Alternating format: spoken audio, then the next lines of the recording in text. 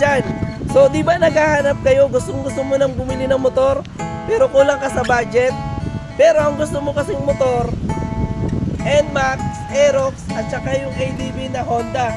So, ngayon, naglabas kami ng bagong motor. Ito ang aming D8 2.0. So, ayan, kaya pakitignan ko yung focus po yung camera. Para ipakita po natin kung gaano kaganda ang ating e-bike ngayon na nilabas. So, ito po, ang kagandahan po na ito. Malaki na po yung gulong niya. Mas malaki po yung gulong niya sa NMAX. Ayan po, ayan o.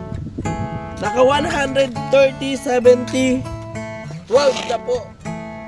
Ayan. At saka ang kapal pa po niya. Ayan, makapal pa po. Ayan. Tapos tingnan nyo po sa design. At saka ang kagandahan po niya, naka-disc brake na po harap likod dyan. Disc brake po harap likod. Tapos yung ilaw po niya, mas maganda po yung ilaw niya. Yan, kung makikita nyo po yung una naming video, yung una naming blinag dito. So, makikita ko nyo pa paano isinet. Yung pong dalawa kasi na yun, dalawang unit lang po yun, naubos na po kaagad. Ang babagay nyo po kasi pumili. So, ito po, ang dapat po na ito ay programmable. So, ang lights po niya, napoprogram po siya.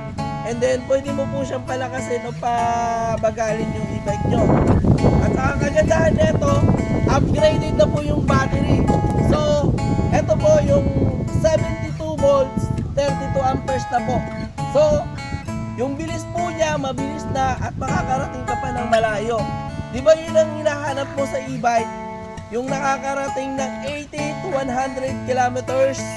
Yun na po. Ito po, kaya-kaya na po ng e-bike natin na to. So, ito po, ulitin ko po. 72 volts, 32 amperes po ang battery nito. At ang kagandahan, 3,000 watts na po. Legit po, 3,000 watts na QS motor. Tapos yung controller niya is bottle controller 70EC.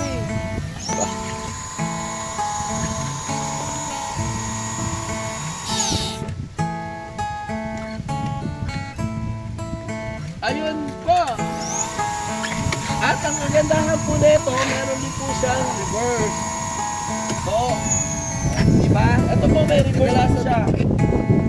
Ayan po. So, testing po natin. Tignan nyo po paano mag-drive ang totoong Coco Martin. Game changer to ba?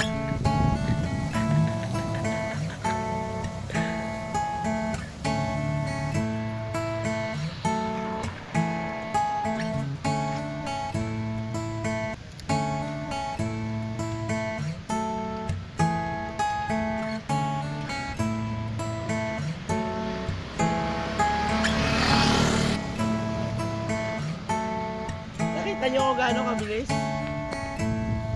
Naka number 2 pa lang. So, dito lang po kami sa may Walter Mart, Novaliches, Quezon City. Kaya, mag-text po kayo sa akin, 0964-7343-682. Maraming salamat po. Bye-bye!